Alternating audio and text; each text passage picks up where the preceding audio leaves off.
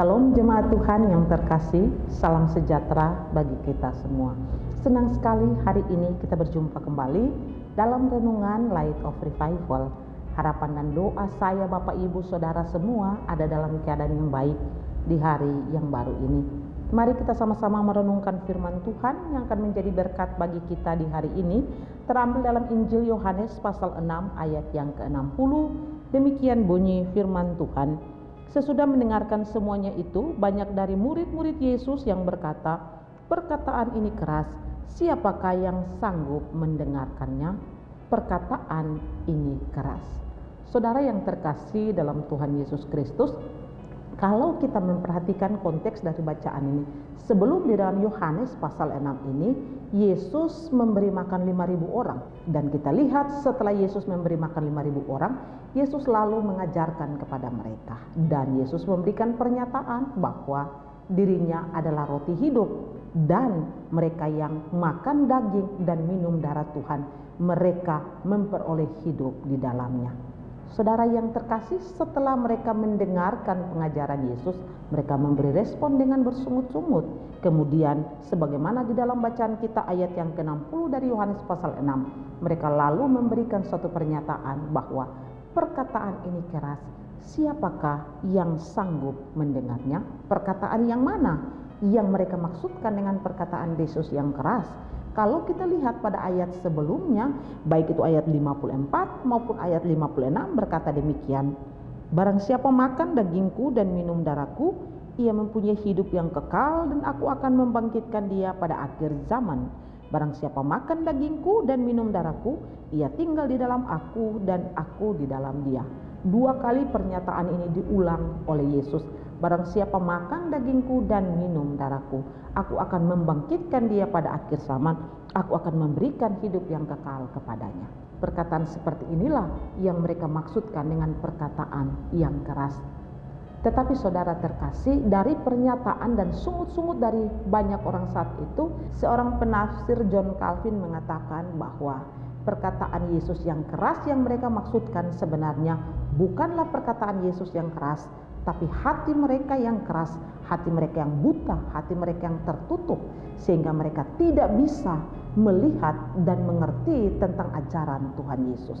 Ya, mereka yang datang pada saat itu dan mendengarkan Yesus, bahkan Yesus membuat mujizat memberi makan 5.000 orang. Tetapi ketika ada pengajaran yang keras datang kepada mereka, justru mereka menolak, justru mereka tidak menerima. Bagi mereka itu sesuatu hal yang mustahil. Hanya seorang tukang kayu, tapi bagaimana dia bisa memberi hidup kepada orang yang datang kepadanya.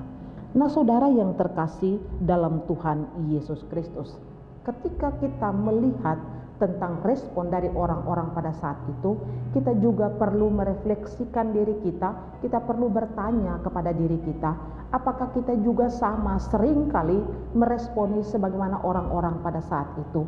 Kita suka sekali dengan pengajaran Tuhan Yesus, tetapi pengajaran itu pengajaran yang bersifat motivasi, pengajaran yang memberikan kepada kita penguatan, pengajaran yang memberikan kepada kita berkat-berkat, itu yang kita mau dengar. Tapi ketika pengajaran yang keras, teguran terhadap dosa-dosa kita sulit untuk menerima, kita sulit untuk bertobat, kita sulit untuk mau datang mengaku dan meninggalkan semua itu. Seringkali tanpa sadar kita ada seperti orang-orang pada saat itu mengatakan bahwa perkataan Yesus keras. Bukan perkataannya yang keras, tetapi hati kita yang tidak mau tunduk, yang tidak mau taat kepada Kristus. Karena itu perkataan Yesus keras, dan biarlah perkataan itu memberikan kepada kita hidup. Sebagaimana yang Yesus tanyakan kepada para murid yang 12. Ketika mereka tidak meninggalkan Yesus, Yesus bertanya, "Apakah kamu tidak pergi juga?" Petrus lalu memberi jawab, "Perkataanmu adalah perkataan hidup yang kekal." Saudara, kita ada di dalam respon yang mana? Orang banyak yang mengatakan perkataan Yesus keras lalu pergi meninggalkan Yesus. Ataukah kita bagian dari 12 itu yang mengatakan bahwa perkataan Yesus adalah perkataan hidup yang kekal, dan karena itu kita tidak perlu pergi dan mencari di luar sana, tetapi tetap tinggal dan ada bersama Yesus. kita pada respon seperti apa.